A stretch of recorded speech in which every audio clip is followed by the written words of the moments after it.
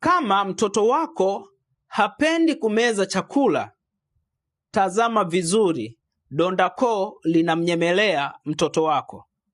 Dalili za donda koo ni pamoja na kupata maumivu makali kwenye koo, kupata homa za mara kwa mara, kujawa na mate mdomoni, mdomo au kinywa kutoa harufu mbaya, koo kubadilika na kuwa na rangi ya kijivu au kuwa na utando wa kijivu, sauti kubadilika pamoja na kupumua kwa shida.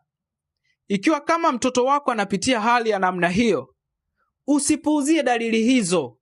Tambua ya kwamba hizo ni dalili ambazo zinaashiria changamoto au uwepo wa donda koo kwa mtoto wako.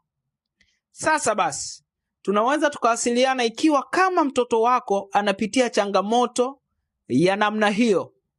Ikiwa kama mtoto wako anakabiliwa na changamoto yoyote ya kiafya, aidha haongezeki uzito mtoto hapendi kula, mtoto anapitia changamoto katika hatua zake za ukuaji, pengine mtoto ana changamoto ya matatizo ya moyo, lakini pia ikiwa kama mtoto wako ana changamoto ya viungo na mifupa, viungo vyake aidha vimekakamaa au viungo vyake vimelegea, aidha ni shingo haijakaza, anachelewa katika hatua za ukuaji, tunaweza tukawasiliana kwa namba ambayo ipo kwenye bio, nikakupatia ushauri pamoja na tiba itakayoweza kumsaidia mtoto wako na kuwa na afya bora.